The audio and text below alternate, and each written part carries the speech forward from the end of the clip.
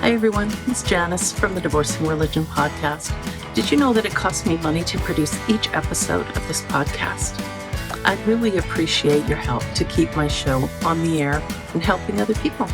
Please join me over on Patreon, where you can also find commercial-free episodes, and the links are in the show notes. Thanks so much. Hi, everyone. Welcome to the Divorcing Religion podcast. I'm your host, Janice Selby. I'm a registered professional counselor and a religious recovery consultant. My guest today was a speaker at the very first conference on religious trauma back in 2021, Lisa Kohn. And please tell me if I'm pronouncing that right, because I want to say it right. It is correct, Kohn. Okay, Lisa Kohn is a Unification Church second gen and the award-winning author of To the Moon and Back, A Childhood Under the Influence.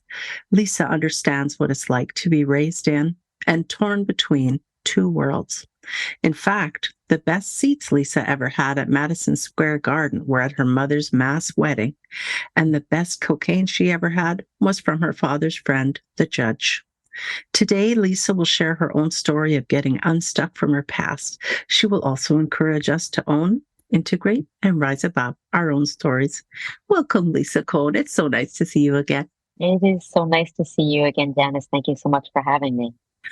A lot has happened since the last time we talked.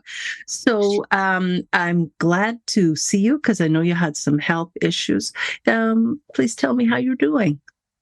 I am okay. I am for the listening audience and watching audience. I had cancer last year. I had ovarian cancer, and then tested positive for a BRCA2 gene, and so had a prophylactic. I like to say no breast surgery. So it was a long year. And in the midst of that, right before I got diagnosed with cancer, my father died. It's just part of the whole wonderful package we had. Oh my goodness. And I am, on one hand, I'm good and I'm clean and I'm getting stronger. On the other hand, since I'm generally very transparent, you're talking to me at a moment when I'm in cancer fear, not for any particular reason, but I am. And so, yay me, I called the doctor and said, can I have a blood test for the cancer marker? So hopefully the cancer fear will go away. So talk about learning to take care of myself as opposed to just soldiering through like I was taught. But wow. So I am good and fine and not all at the same time. It's kind of, if I were to be honest, and I try to be honest, especially when talking with someone like you. Well, thank you so much for that transparency. We have no idea who will end up listening to or watching our conversation today. So I hope it's encouraging to them to know that you have been through all this, you're still here with us, and you are taking care of yourself. You know what? You're empowered rather than disempowered. So I thank you for sharing that. And I think people would love to hear some of your growing up, because a lot of folks aren't, especially more up-and-coming generations, they're not really that familiar with the Moonies or the Unification Church. And it seems like that church cult group itself has gone through an awful lot of changes since the leader died. But if you don't mind starting us off by telling us a little bit about what your growing up was like. Right. So I am a child of the 60s in just about every way possible you can possibly think of. My parents met in separate high schools. They met in high school, got pregnant, got married, had my brother, had me, and split up. And that's kind of how it went. And they were both hippies. Mm-hmm. So we lived with my mom, and my dad went off traversing the world. And it was sex, drugs, rock and roll, primal screams, encounter groups. You name the 60s. My dad had tickets to Woodstock, but thought it wasn't a big deal and never went. But they took us to the movie, which was really cool. And so it was just child of hippie parents in every way possible. And then, very long story, very short. In 1973, we were supposed to drive. I grew up on the East Coast of America. We were supposed to drive cross country to California to move on to a commune and grow up there. Again, 60s kids. And instead, my mom's mom got sick. So we drove cross state and moved in with my grandparents. My grandmother passed from cancer.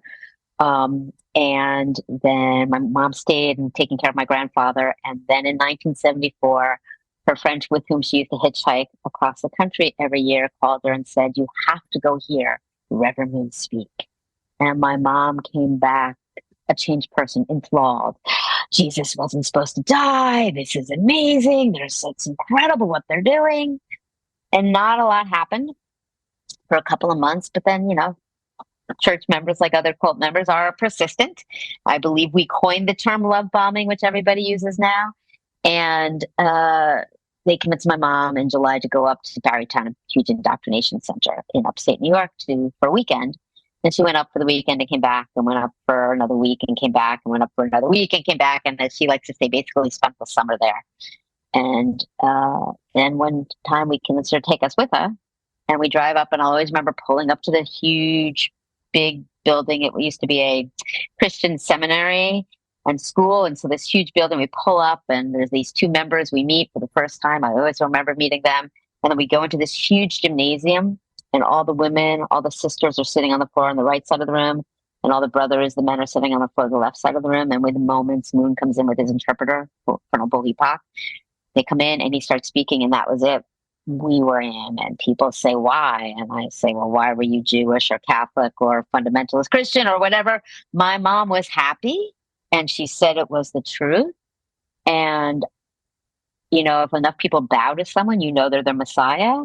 And as I always like to point out to people, the church was actually a haven for us in many ways, because it had been such chaoticness and lack of safety. I look back and I'm like, I have an older brother. We were not safe. I was not safe in so many ways, in so many places.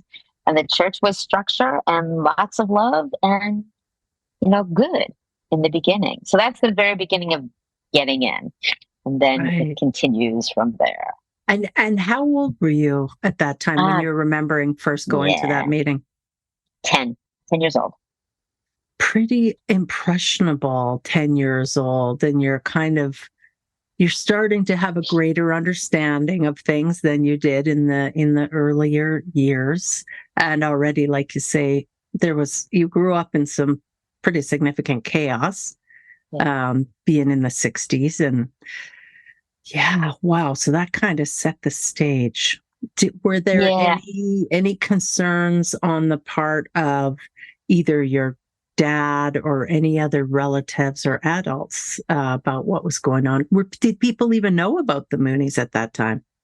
Oh, everybody knew about the Moonies. The Moonies were like the cult of all cults, I like to say, in the American age of cults. I was at this impressionable age. I also, since my book was published in 2018, only since then have I realized what it means to be a second gen, that there were second gens, that there's a word for it, and what it actually does to your brain. So that's going forward. But my brain already was mushed in many ways. I most likely was sexually molested when I was much younger than that. A lot of things happened where I already knew that I was bad and I was wrong. And, I was like primed for all the, may I curse? Oh, yeah. Bullshit that they would put into my brain. The absolute bullshit. I already knew how fallen and sinful that they taught me I was. I already knew it to be true without those words, because we had no religion until then. So I was like a ripe, and I was such a do-gooder and goody two-shoes and looking for rules and perfectionist even back then, controlling everything to be safe. So I was primed for it.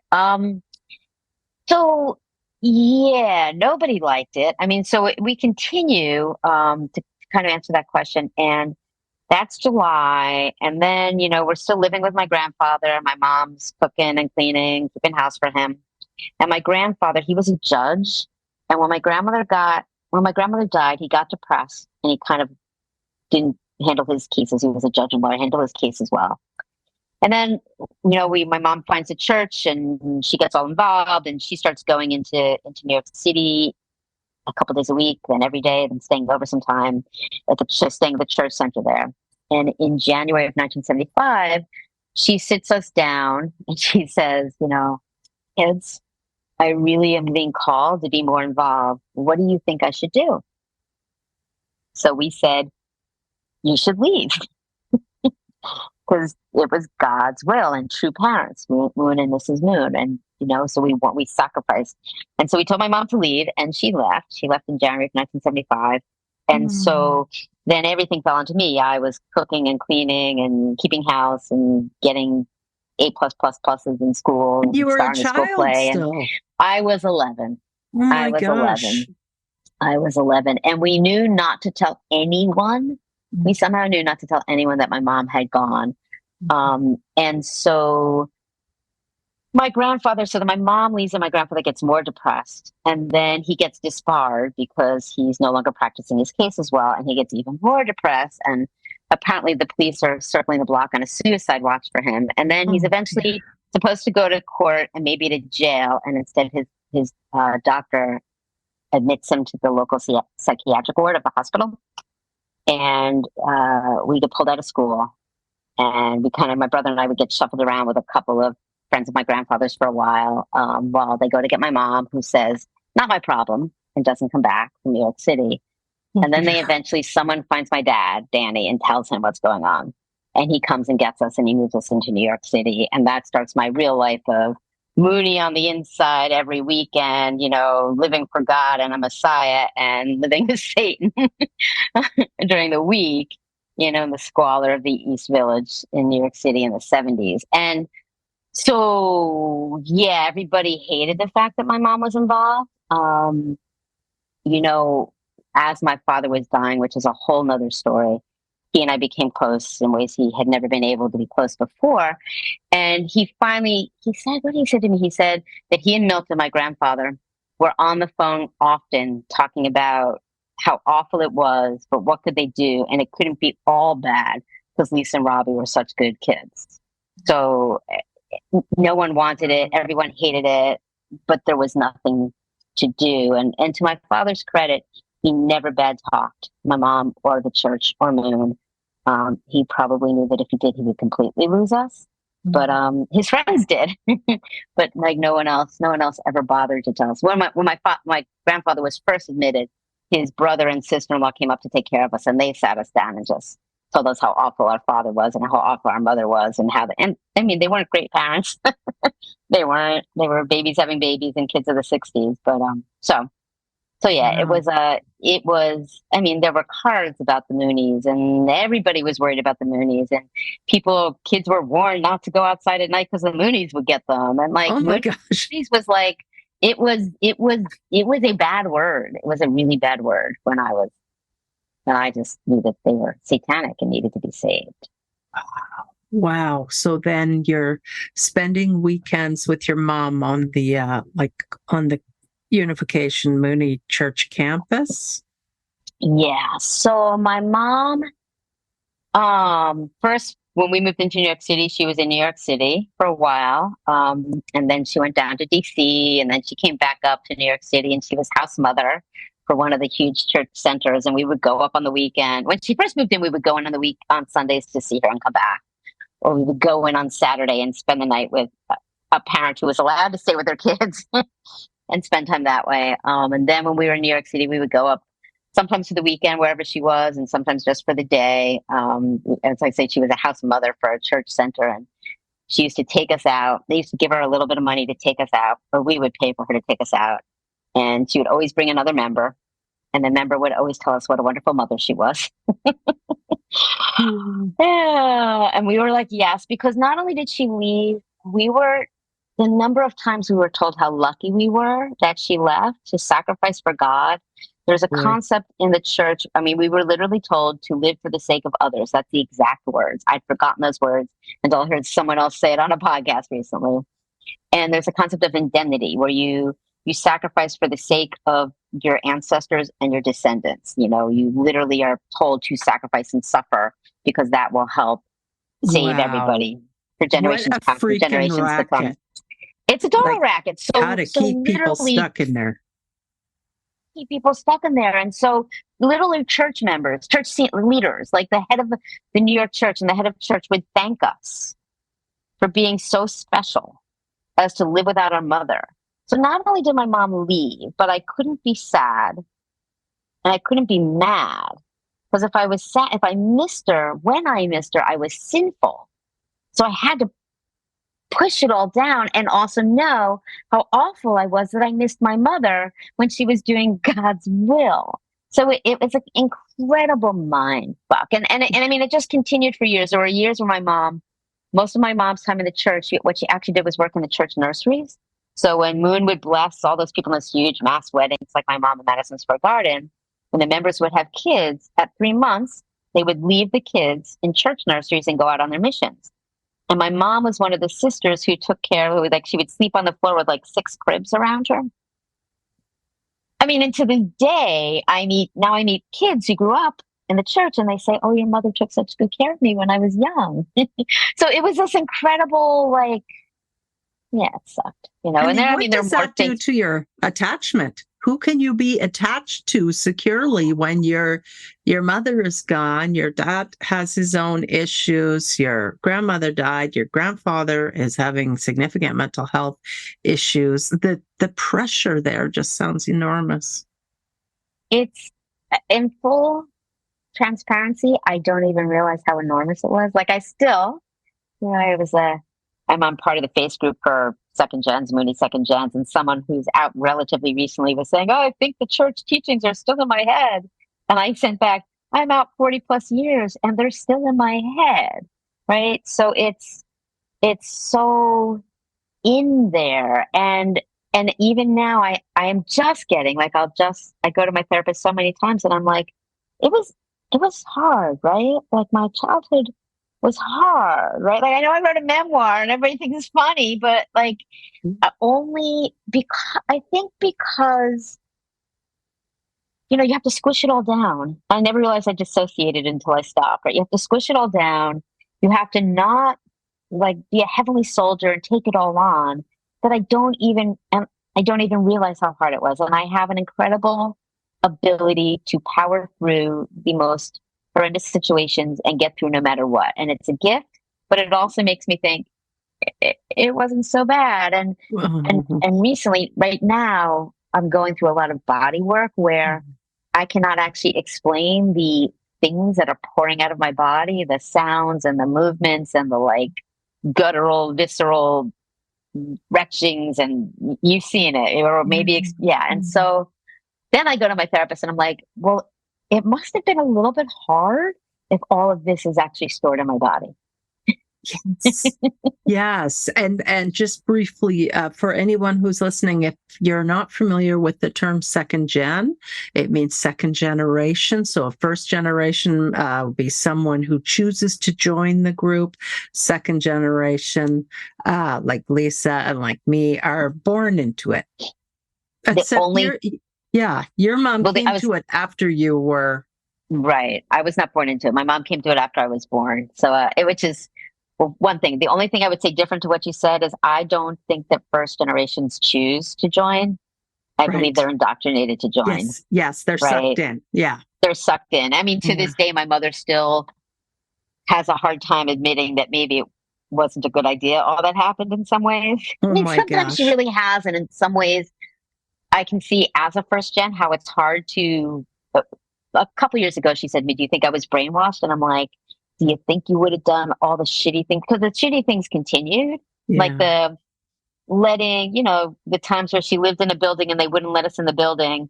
So we literally would knock on the door and people would come down and say, "She can't come. She'll see you next week." Like, things happen, right? So yeah, so that's a second gen. And I forgot, you asked me another question and I went off on that tangent. So I don't remember what it was. Oh, I had wondered about a little earlier about how that impacts your ability to form attachments. And I imagine it makes it difficult. It can make it very difficult. Yeah, I have an incredibly loving heart. It's probably actually is what saved me. And it's something I'm learning to own, and the smile on your face is beautiful. It's making me feel it. And so in many ways, I have created deep relationships. But at that time, yeah, I did not have that steadiness, and you can tell that that's missing. And I always say I healed when I loved my children. I gave my children the love I never got. Beautiful. And that is the most healing thing. Yes. Okay. Well, I'm going to pull us back into the story a little bit. Yes. So you're staying with your dad through the week, Yes. and your dad is still struggling with some issues of his own. So what was that like for you and your brother to be staying with your dad in that circumstance? I said to my brother once, I said, how do you think we did it? How did we go back and forth? And he said, I don't know. I wasn't there.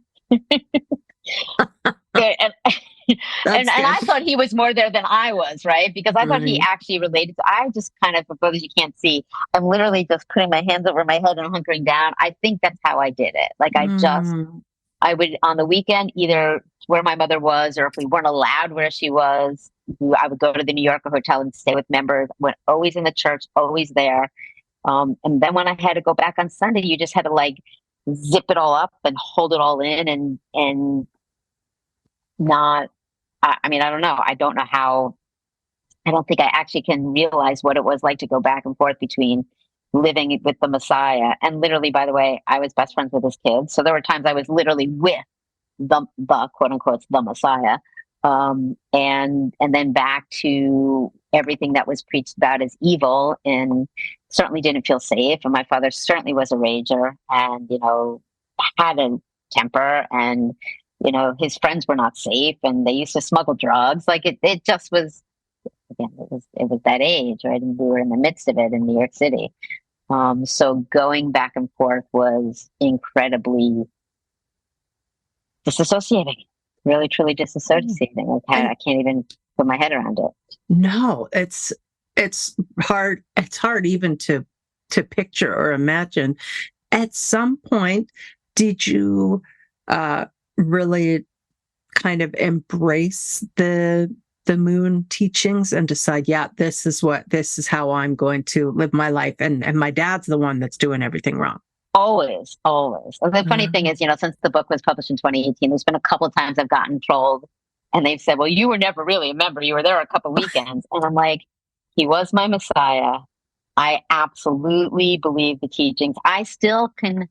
Years ago, I went to temple with my older child, and they were talking about chapter 2 in Genesis, and they were kind of giving a sermon on it, and my brain's going, "That's not it. It's the fall of man. It's premarital sex." Like those teachings are still in my brain. I believe Mhm. them so wholeheartedly. I never doubted. I never questioned. Even when I left, I was not questioning.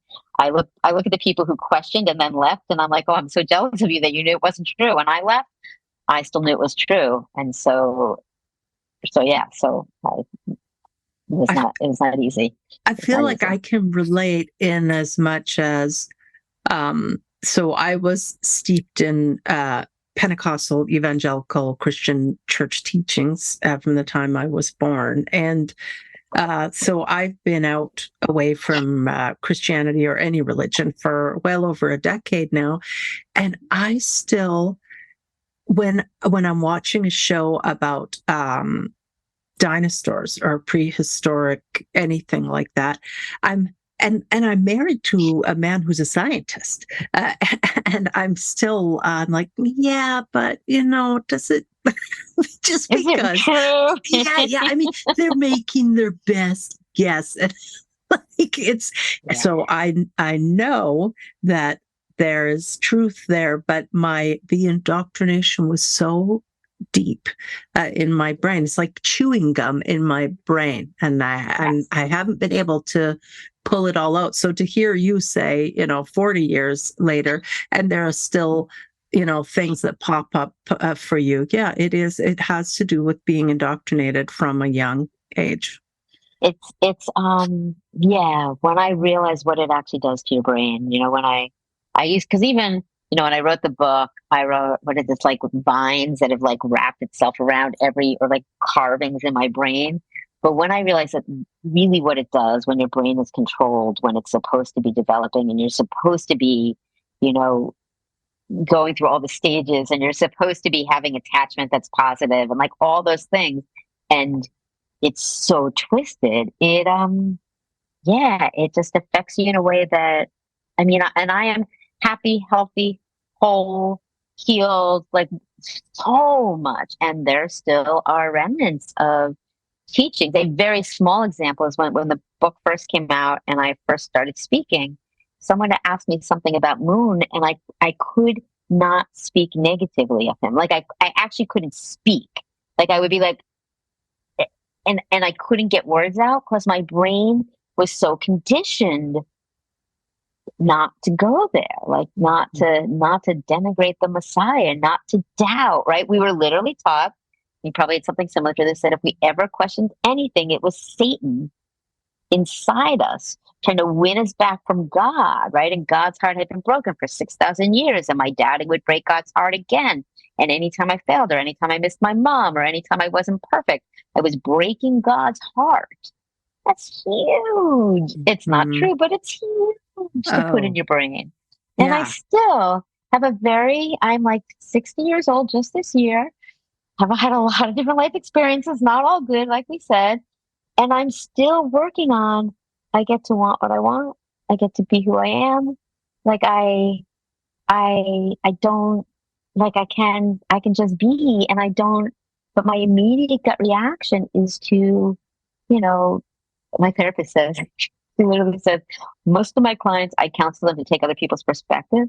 I have to pull you back because I'm so conditioned to serve and to mold and to accept and to tolerate and to blame myself and to try harder. And if I just twist myself in a pretzel. Wow. So it's, and that's before the church, and then the conditioning in the church that absolutely I was ripe for, and it, melded me. A lot of good things, but a lot of things I happily let go of every day. Every day. Yeah, definitely. So, at what point did you start thinking, oh, well, at some point your mom got married in the church because there was the my mom got married. wedding. Yeah. My mom got married. My mom got married after I left. My mom got matched to her husband while I was still actively involved. And then in the period between that, the 3 years, I guess, between that and when they actually got married, I was slowly extricating. Or I didn't leave. My brother says he didn't leave. He just slowly drifted away. Right. I just kind of stopped slowly. And how old were you at that time? So the story of leaving goes like this. As I said, not only a member, but best friends with Moon's kids, and also with a couple of his daughters, and then also with the blessed children, a couple of blessed children. The blessed children are the children born without original sin who are born to the couples who are blessed in those mass marriages. And so, like, if you look, there's the true children, there's Moon's children, the blessed children, and then me, sinful little, wow, me. Right? And this is the hierarchy that still plays out at times. So my, the summer between my second and third year of high school, I was in Seattle proselytizing. The summer between my third and last year of high school, my father sent me to music camp. I'm convinced to this day to keep me away from the church because he just never spent money on us, but he sent me to music camp.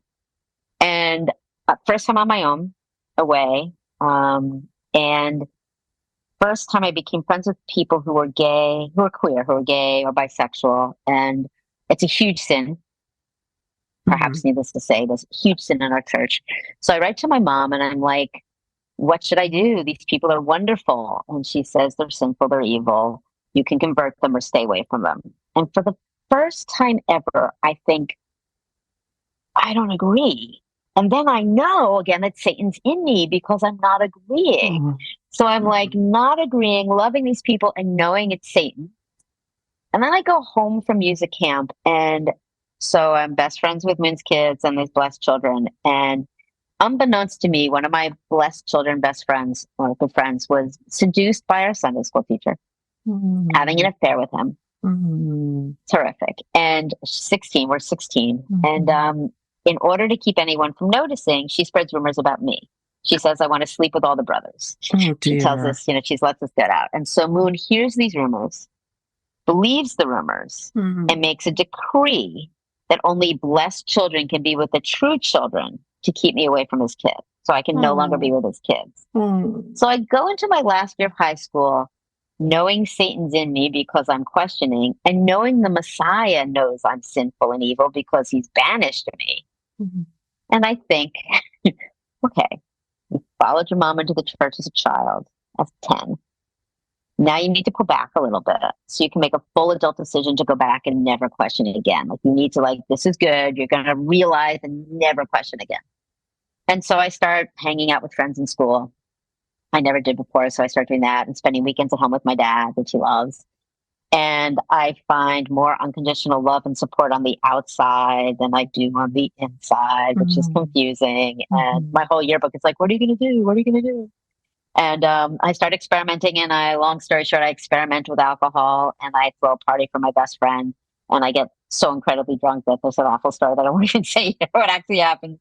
I get incredibly drunk, and a boy kisses me, and I kiss him back, and then I have a boyfriend, which is like the hugest sin, right? And so the last 3 months of my senior year of high school, I'm dating Adam. And, hell breaks loose, and people are screaming at me in the streets, and my mom is locking me up in the New Yorker and yelling at me, and you're going to sin, you're going to fail, you're going to break God's heart. And, it's so pathetic that Adam, we're both 17. He proposes to me because, to make it all go away. And say yes. And so then I go off to college, and I determine I will go back to God and break up with him. And I don't. And that's when I just slowly start drifting. I have a dear friend who helped me leave, and the line that got me out, I mean, nights and nights and nights going, but what if it's right? But what if it's right? But what if it's right? Because I still knew he was the Messiah. I just didn't want to do it. And my dear friend said, what if it is right and it's not right for you? And for whatever reason, that stuck, and I held on to that. But, my first year at Cornell, I almost jumped off the bridge because I would rather die than leave, right, and choose. And then my second year, I stopped eating. And I like to say, my anorexia took me to about more than 30 pounds less than I am today. And I am not heavy today. Then my third year, that's when I started doing a hell of a lot of cocaine, including with my dad and his friend, the judge, a lot. And then my fourth year, I just got into more and more abusive and destructive relationships. And I like to look back, and I'm like, I was punishing myself for leaving and slowly trying to kill myself in a lot of ways, but so functional on the outside that I had no idea any of this was whatever, because it's all you know, and I always looked okay enough on the outside. So wow. So then what happens? You're going in your final year of at Cornell, and I mean, you're spinning out of control, whether other people can see it or not. So what happened after that?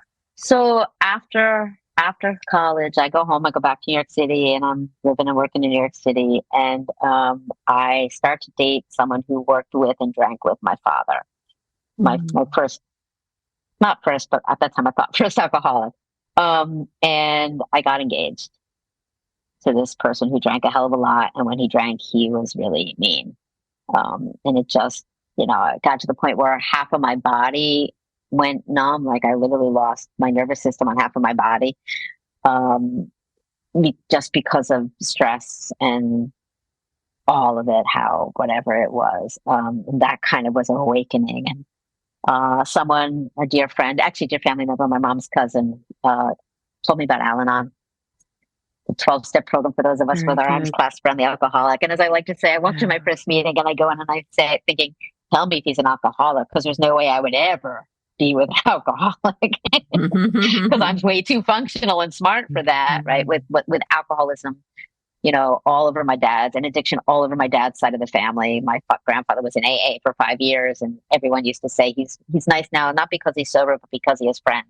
And every year on Christmas, my father would convince him to drink again. So every day after Christmas, he would be one day again, because my father's my father. My father drank and drugged every day of his life, adult life. And I was raised in a cult, but like, I had learned not to talk about it, and I didn't.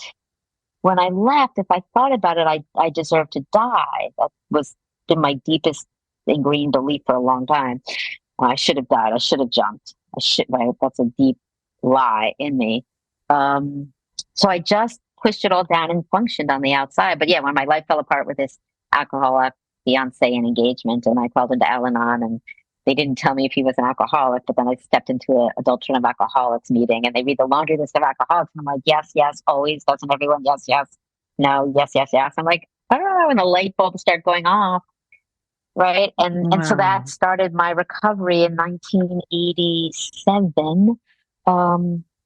Yeah, And 1987. I Crazy. do want to And let people know, because you mentioned Alcoholics Anonymous and Adult Children of Alcoholics, ACOA, we do share a laundry list. So we share a lot of the laundry list. I'm talking about what I call acorns, adult children of religious nuts.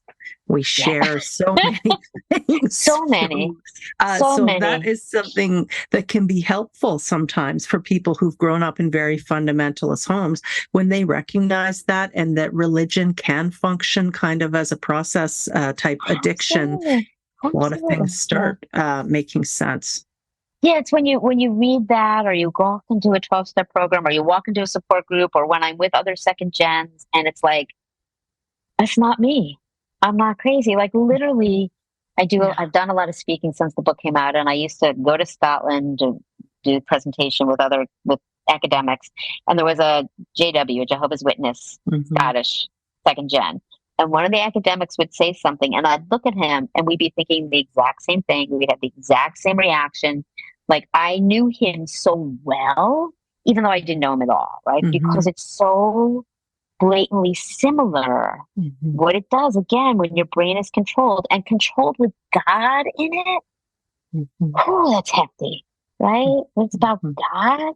So yeah, so that's I called into Al-Anon and started my recovery, and again, as I said, and it wasn't until right before the book came out when someone I met on Twitter sent me to an ICSA conference, the Mhm.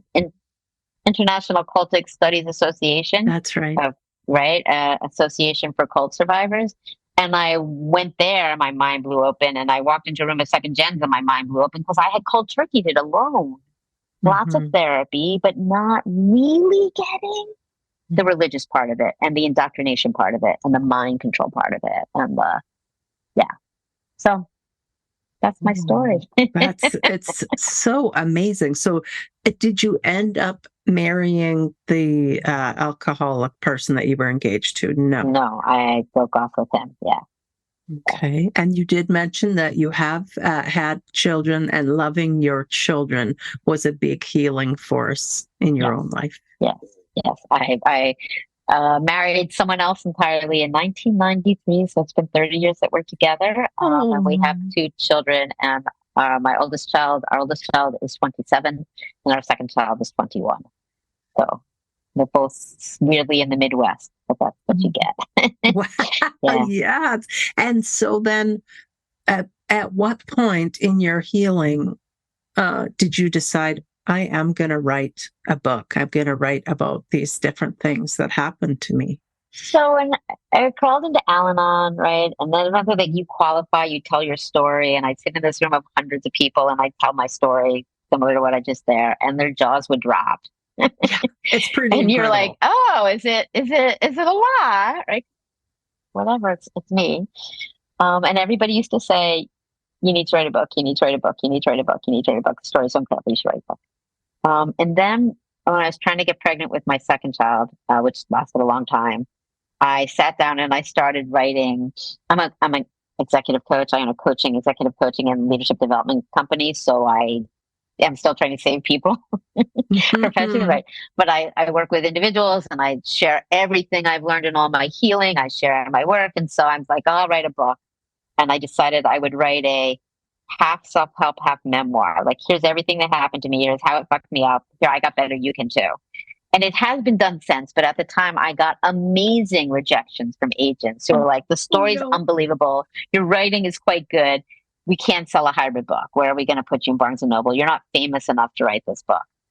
And then probably around 2009, someone sent my work to an agent, and she called me and she said, if you write a memoir, I'll represent you. And so I like to make fun of myself. I famously said, I don't want to write another Glass Castle. Like, I don't want to be another Jeanette Walls, because it's an amazing book and it's an incredible story. But I felt like she didn't give enough hope at the end. And the agent, not so lovingly, said to me, you should be so lucky. as to be another Jeanette Walls. I'm like, you're right. You're actually right. But I say stupid things sometimes. But so that's when I wrote it. I probably finished it around 2009, 2010. And then that was the second agent who, she got a huge job and she couldn't take me on. And then I had a third agent whose partner got cancer and had to drop me. So I just kept going through like rejection and rejection and rejection. And I kept going. And then in 2017, I went to a writer's conference and I got published by an indie house in the East Village. And I met the publisher and she loved my story and she loved that it was East Village based. And so she published it. They published it in 2018, but it took a long time. And then when it got out and I was like, oh, I've just outed everybody. Mm-hmm. Didn't realize how like now if I go to meet you in a work setting, now I specifically start all of my work bio and my work LinkedIn profile with the line you read, the best seats I ever had at Madison Square Garden, were at my mother's wedding.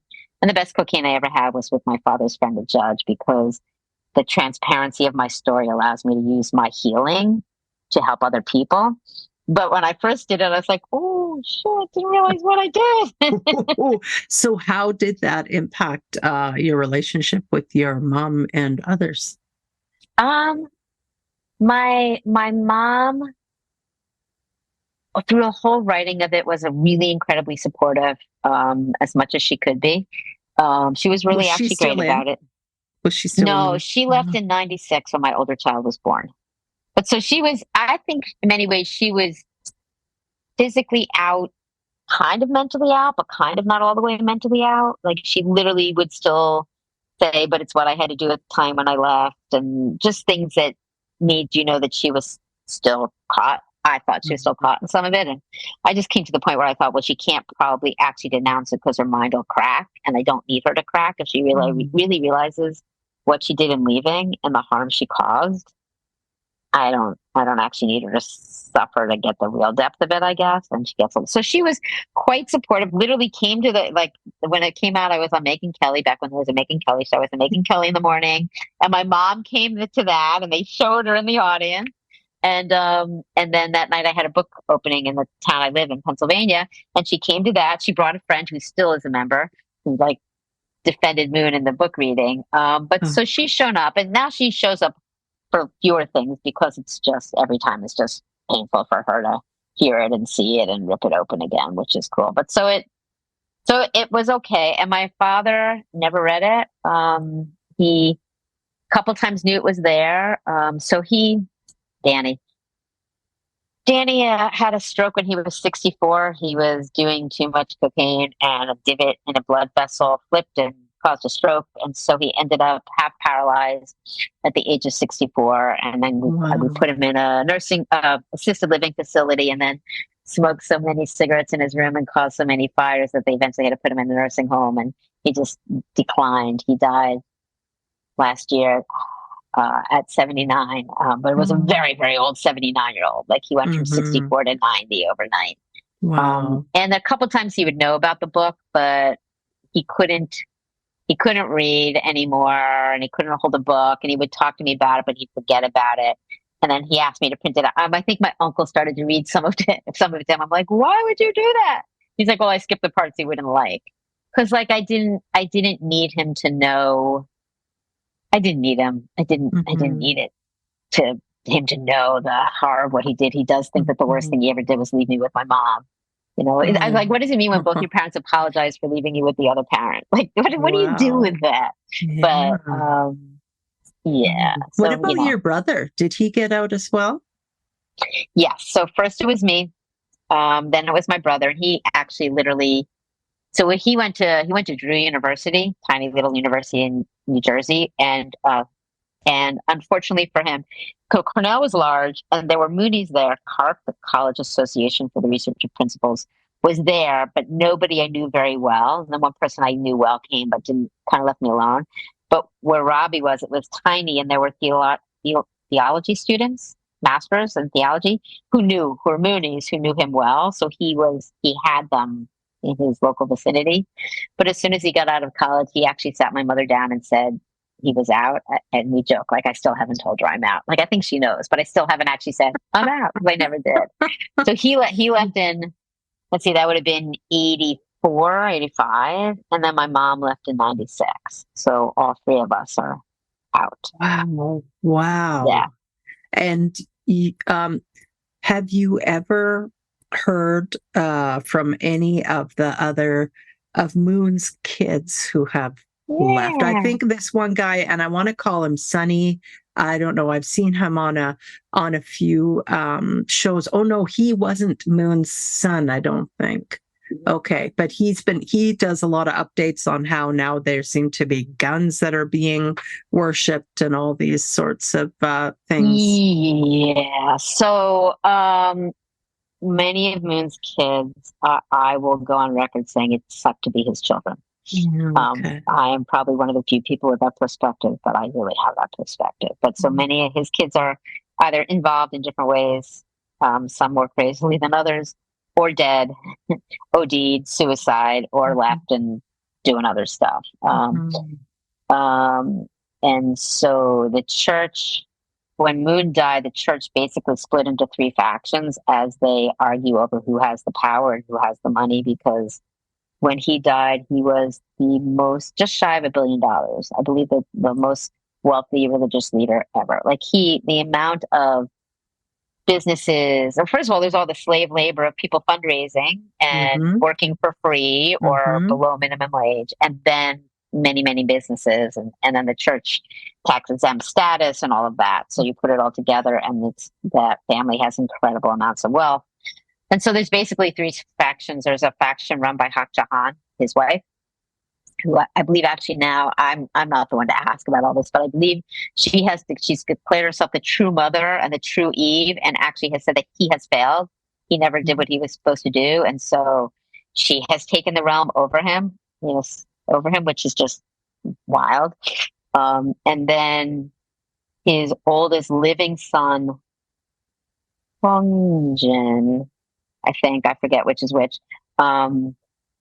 He just sued Hak Jahan for control of the businesses, and I believe he won the suit. So he's got all the money in the businesses, and she's got a lot of the church followings, and he has some. And then there's their youngest son, who's Sean Moon. Maybe that's what you're thinking of. He leads the Sanctuary Church, which is a church here in Pennsylvania, and I think near Bethlehem, up in the Poconos.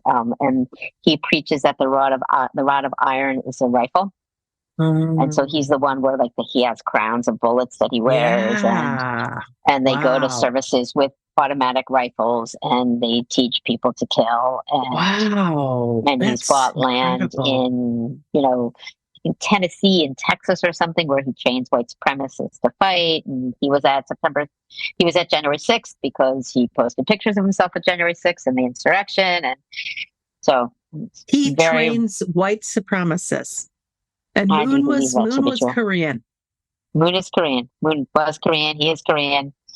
Yeah, but they accept Wow. him because he has a lot of power and followers, I guess. Wow. And And money. And money. yes. And my understanding too is that the Unification Church cult they had their fingers in a lot of political pies as well, You have no idea. including the United States, but in other countries as well, where they managed just to really weasel their way in under the guise of almost humanitarian type Yes. stuff. I've They're a read very powerful group. very powerful group. I read recently that climate change dissenters, that whole group was funded and started largely by Moon. Just about Wow. every Republican leader has been paid tons of money to speak at Unification Church events. They're involved in many different countries in many different ways.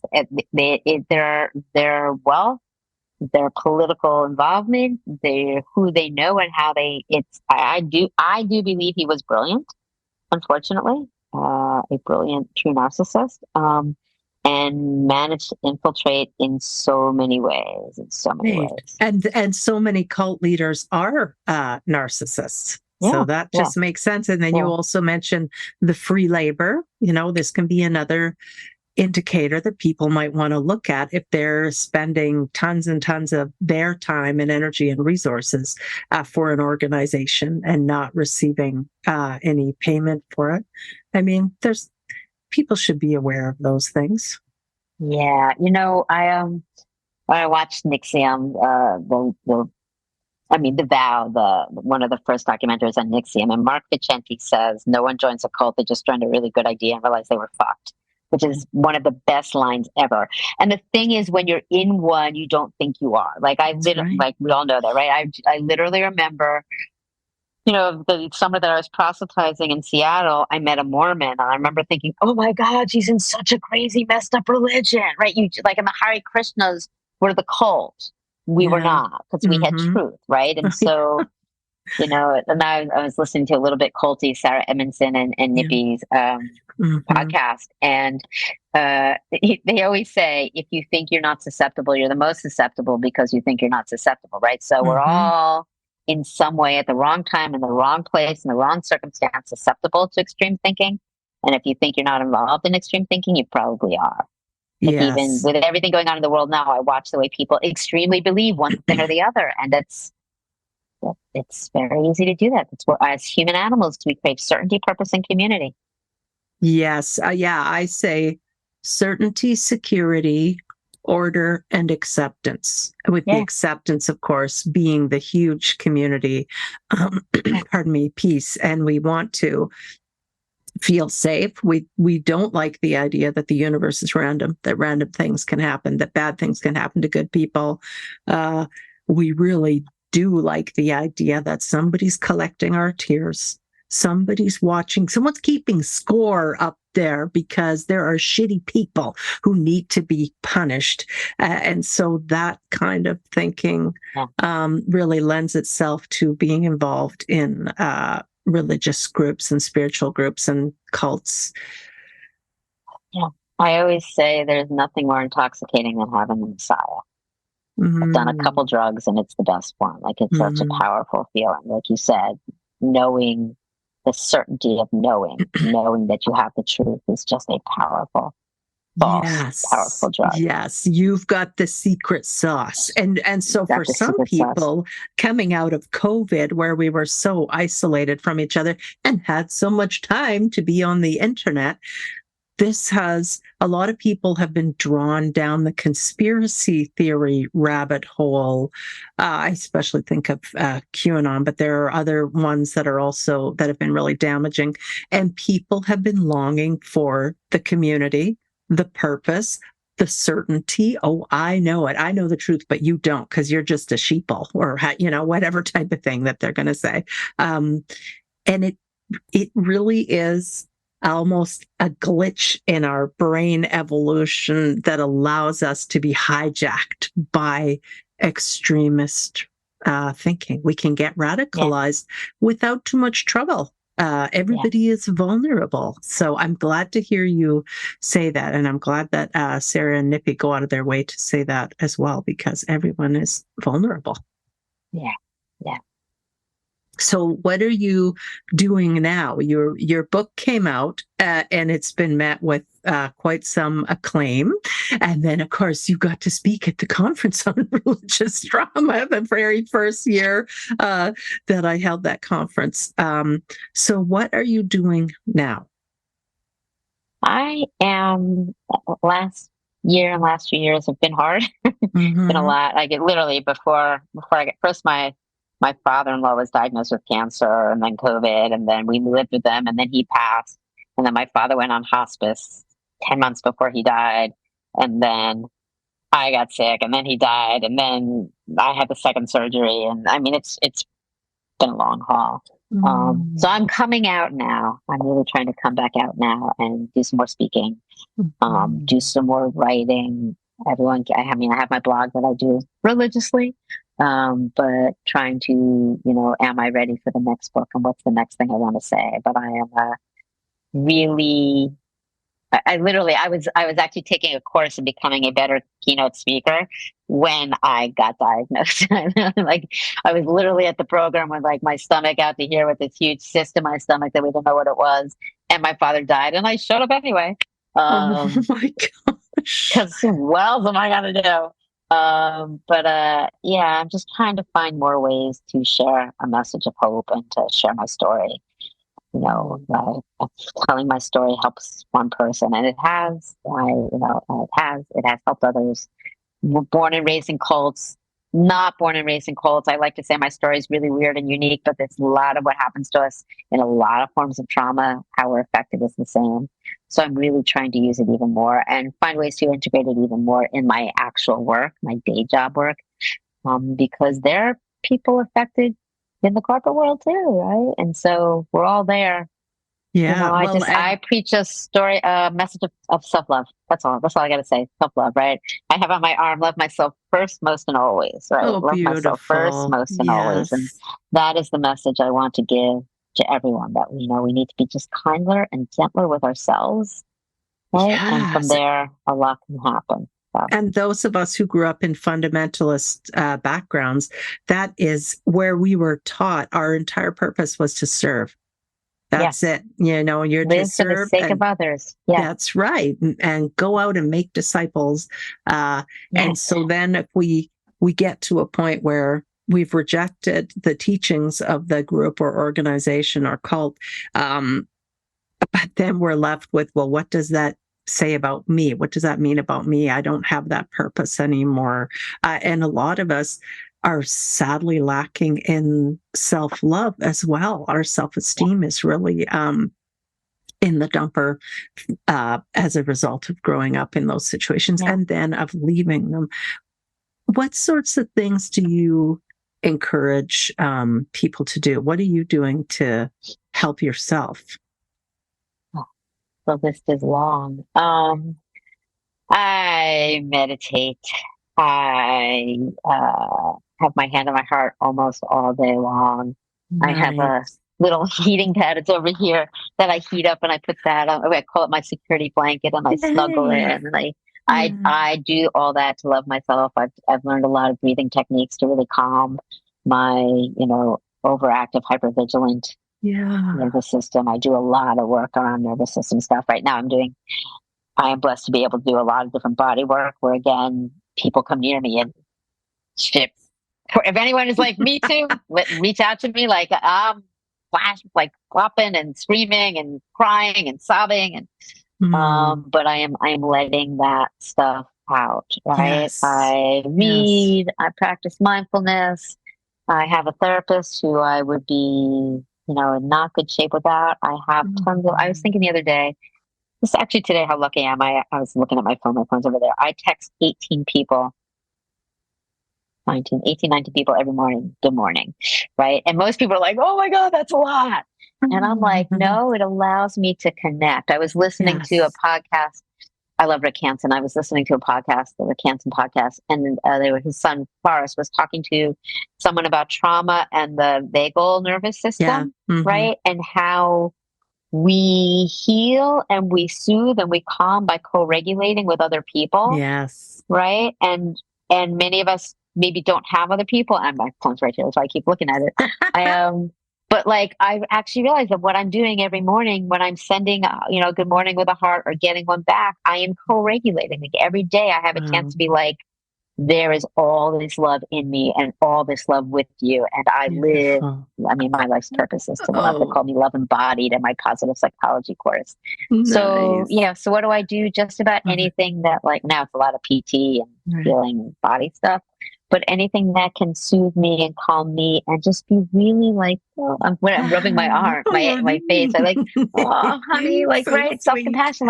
There's stuff I'm going through now still that's really hard. Being afraid of cancer is terrifyingly hard.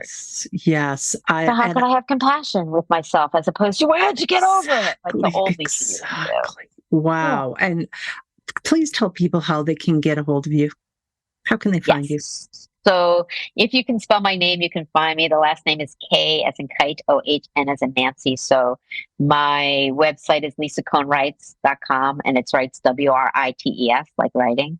And all of my social handles are at Lisa Kohn Writes, LISAKOHNWRITES. My business is Chatsworth Consulting Group, but if you find me, if you just Google Lisa Kohn, if you just remember my name, I promise you, I will probably be on your first page because I've been out there a lot, and I would love anyone to reach out to me that helps me know that we're all in this together. Wonderful. Oh, this has been such a joy reconnecting with you. And I Yeah. think that our paths will cross again. You are such an interesting person. I really appreciate you. Thank you so much for the love that you are putting out into the world. I'm soaking it up right now and sending it back to you. Thanks, Thank Lisa. you, Janice. Thank you so much. And I want to thank everyone for joining us, and I'll see you again soon. Take care, everyone.